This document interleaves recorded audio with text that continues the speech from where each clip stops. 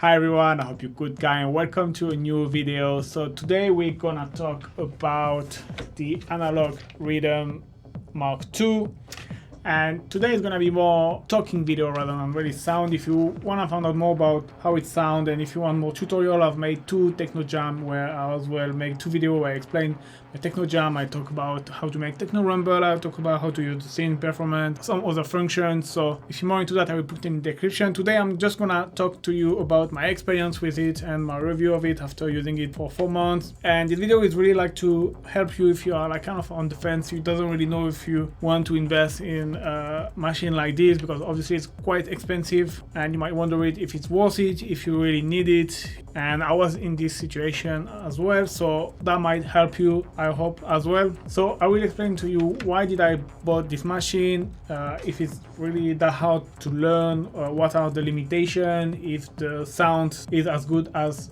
people say. Then let's talk about a bit of the sequencer, and then we see as well if there is some limitation, how as well I use it on a daily basis, how I use it with Ableton. So you might wonder, me who is a kind of more in the box guy, hardcore Ableton user, will buy one of the most expensive drum machine on the market. And the reason being that obviously when I started to make music, I bought a couple of hardware and I really like it, really fun to play, but it was really hard to me to put down some idea, and I was always stuck into the 8-bar loop, because obviously hardware usually you don't get just one, you get a lot more and more, and you doesn't really take the time to learn your machine. And on top of that, usually your production skill when you start are not really that good, so you ended up with a lot of starting ideas that you never put down, and I ended up with frustration. So that's when I decided to kind of scrap all of my hardware and focus solely on Ableton. That was a very personal choice, it's not something I would especially recommend. I mean, it's really up to you. Me, it helped me focus, and so I say I'm not gonna buy any hardware until I'm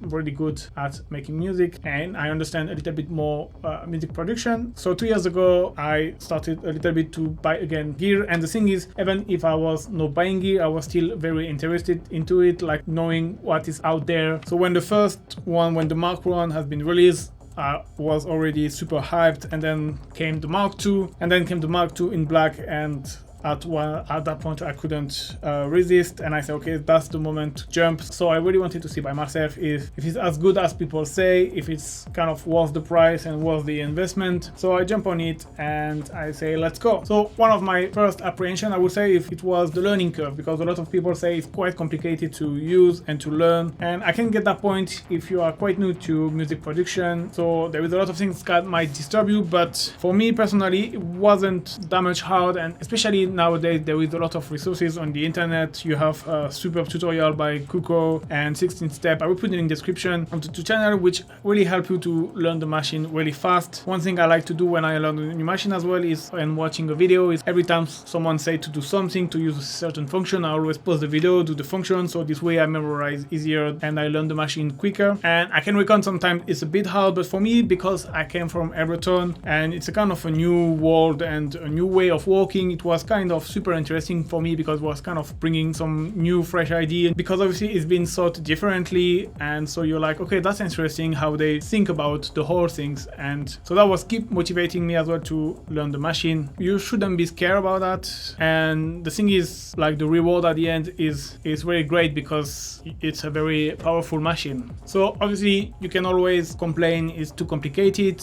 but usually in a way, if the machine is well built, when it's complicated, I mean you have a lot of function and a lot of possibility to do things, rather than if you have a machine which is simple to use, usually it's kind of basic and you kind of get quickly bored of it, rather than this one is quite hard. One thing that is quite, I reckon, complicated is all about saving the project, saving the kit, saving the pattern. Like every time you have a new pattern, save a different kit to don't erase the first one, because if you modify and you don't save, it's modified as well from the first one. I mean, there is a whole kind of structure to follow and to understand, but again, there is some video on the internet to explain you that. That's a bit pain in the ass, I reckon. But other than that, the programming, the editing of the sound it's to me personally no rocket science, and pretty intuitive and pretty fast too. You have obviously to understand how it works, like how this machine have it built, but then once you got it, it's like a super powerful machine. 10-second big question I had was obviously in terms of sound, does it sound good? Because you can see countless of techno producer using it, and all the time it's sounding good. So in terms of sound, it really depends what you want and what you expect. If you are more into like kind of modern sounding drums, I would say, like, you know, which are kind of heavily processed, I wouldn't recommend that, because this is more something like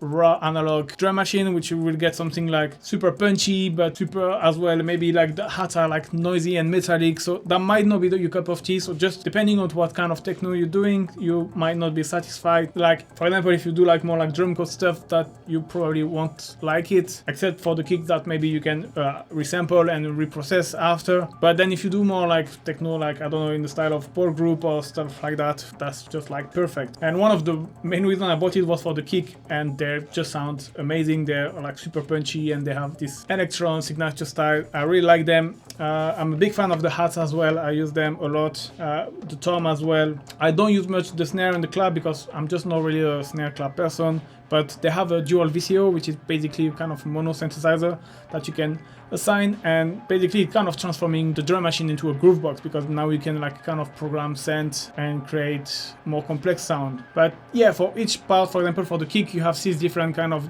synth engines, like I would call like mini VST. Like you have 6 mini VST to create kick drum, like you have 4 for the snare drum, yeah, I think 4 for the hats, 2 for the ride or something like this. I don't know exactly, but just like letting you create different kind of drum sound. You don't only have like one synth engine per voice and per type of sound, you know, like you don't only have like one for the hats, one for the kick.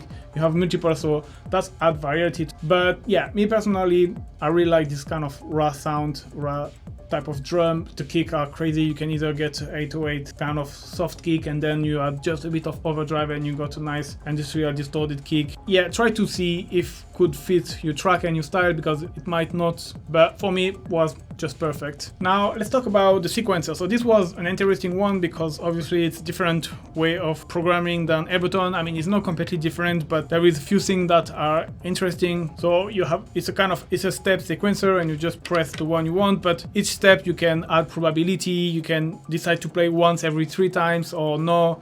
You can add retrigger, which is gonna kind of give a rattle effect. You have as well parameter lock, which is like the kind of famous thing I think Elektron is known for, where like for example on this step you can bring your cutoff or your decay down, and here on this one you can bring your cutoff or your decay up, and you can do that for each step and automate that in that way. So I'm not gonna go into detail about each function, but stuff I like is the fill button, which basically when you press this button you can decide some not to mute them or actually to play them. So for example, I like to use this for breaks. Like for example, when I will press, it will remove the kick and the bass line, but I can also decide that when I press, it will play certain notes. So for example, if you want to do a snare roll during your break, I will program all of my snare notes there, but I will put a trigger condition that they play only when I press this button. Combined with the kick and bass, basically you have your track playing with your kick bass and no snare, and I just press here and that remove automatically my kick and bass and then play my snare pattern. And on top of that, you can use function and press 2 times, and it's kind of holding the Q field. So obviously this is usually used more like for classic drum field, that you can use it for that as well, to add some variation here and there when you press, but I rather use it for the break. And 2 other features that I love, it's basically the scene and the performance mode. So this is 2 features that once I've created my track, that I have all of my elements I would like to jam with, and scene and performance are things that you can program, parameter that you can program and will affect your sound, and it's really nice to add variation and kind of jam with it. So for example, scene, I can ask to add a low cut, and I can use it as well sometimes to mute my house or my ride, and then you can combine this with the low cut on the same scene, so you can have like low cut and mute as well, or unmute. And then after you have performance, which basically what it does is you can apply parameter to a pad, and the more you press the pad, the more the parameter is affected. So for example, you can apply a cutoff, let's say, and the more you will press on the pad with the stronger velocity, the more it will open the filter. So I like to use it as a washout effect. You can use with the filter, you can use with decay as well. For example, with your drum, you can decide that the more you press, the more it's kind of shortening the hat or opening the hat if you want to have like a very sharp drum,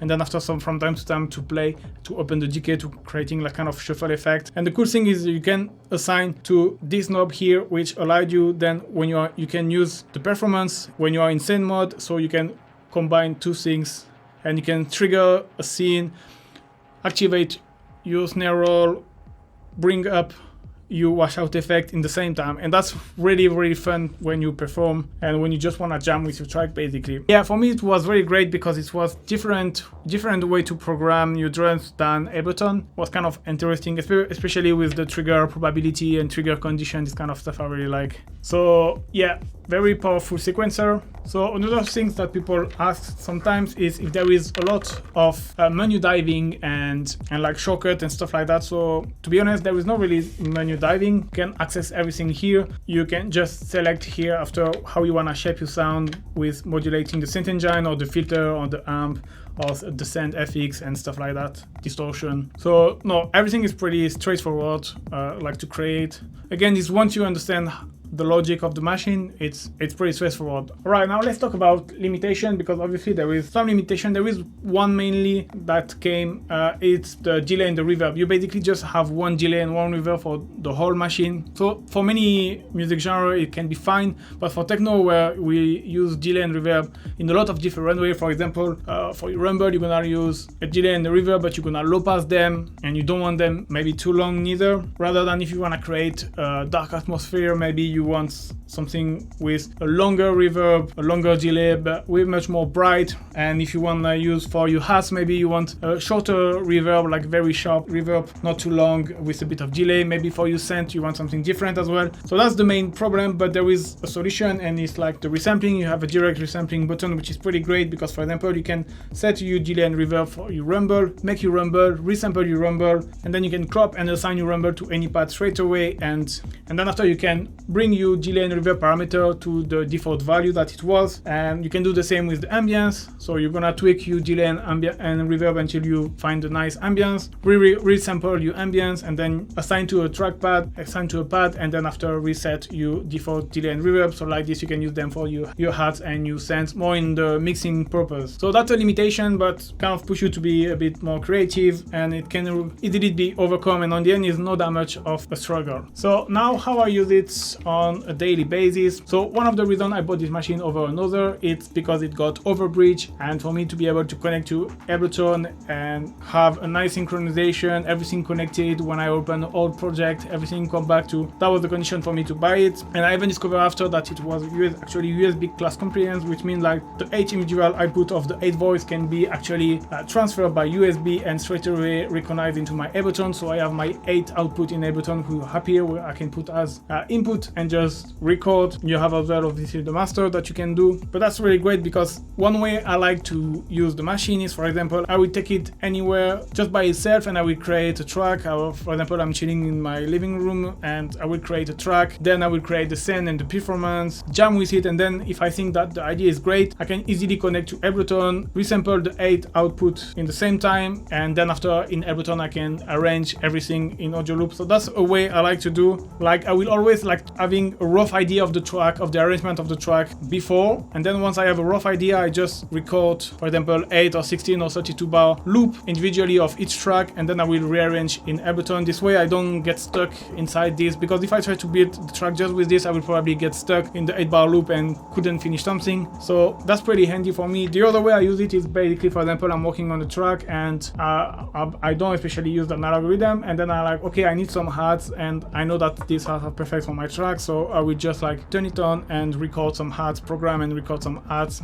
or some toms or whatever. I like as well kick as well. And other way I like to use it, because usually I like to start my track with drums, so I will usually like create a kick and then add a bit of hats. I will not probably, especially when it's connected to the computer, I will not especially like try to use all of the track in the same time, but I will probably program a little bit of the kick, tom, maybe hats, and then I will add some other element within Ableton. So that's the way I like to use it as well. Alright, now $1 million question, is it worth it? In my opinion, yes, it is worth it, because it's kind of unique and original. Like you really have this Elektron sound, and it's not just like a copy or clone of something that already exists. It's something new and proper to Elektron. But on the other hand, you already have to ask yourself if this kind of sound is really for you, because it might not be everyone's cup of tea, especially this raw punchy kick and this kind of metallic noise. Like I said before, if you do like more modern techno or more like your sound are like heavily processed, just keep in mind that you can use it, but you will have to process your sound anyway after all. So that might upset motivate you to have to pay that much money for on the end having again to process them. So that's one thing to think about. Second thing to think about, if you think it's gonna make your production better, don't buy it, because obviously it depends on what you do with. But obviously it's quite easy to make good kick with, so that might help you. But other reason why I think it's worth it, and this is something very important, it just feels good to play with. Like the button and the knob are really feeling good, and like the user experience is really nice. Like how things have been set, it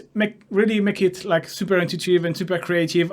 Like I said, during the holiday I created 3 tracks with three ID, let's say, in like a bit more than a week, and one of them is gonna be released in June and the other one probably in September. So super inspiring, and like ideas that I actually turn into a full track. So that's what's gonna make as well reuse the machine more and more over another one, for example, that you may already have. It's because it's very inspiring and it's things that you actually use in your track and that actually really help you finish track. It's not something that's just gonna take the dust. Obviously it's for sure it's expensive, but I think it's better to invest in something that you know you're gonna use for the next 10 years rather than something that you're gonna use 3 months and then gonna take the dust, sell it, and 3 months later buy another thing you're gonna use for 3 months, and so on and so on. So yeah, really see it as investment and you won't regret it. If you like this kind of sound, you won't regret it. It's a super machine. I just love it and I will probably never sell it, that's for sure. So yeah, if you like this raw analog kind of sound, just go for it.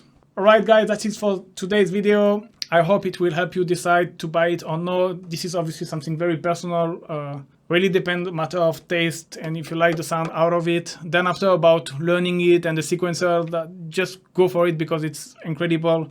But yeah, just make sure you like this raw analog sound, just save some money and go for it. Thank you very much for watching guys, and see you soon. Bye bye.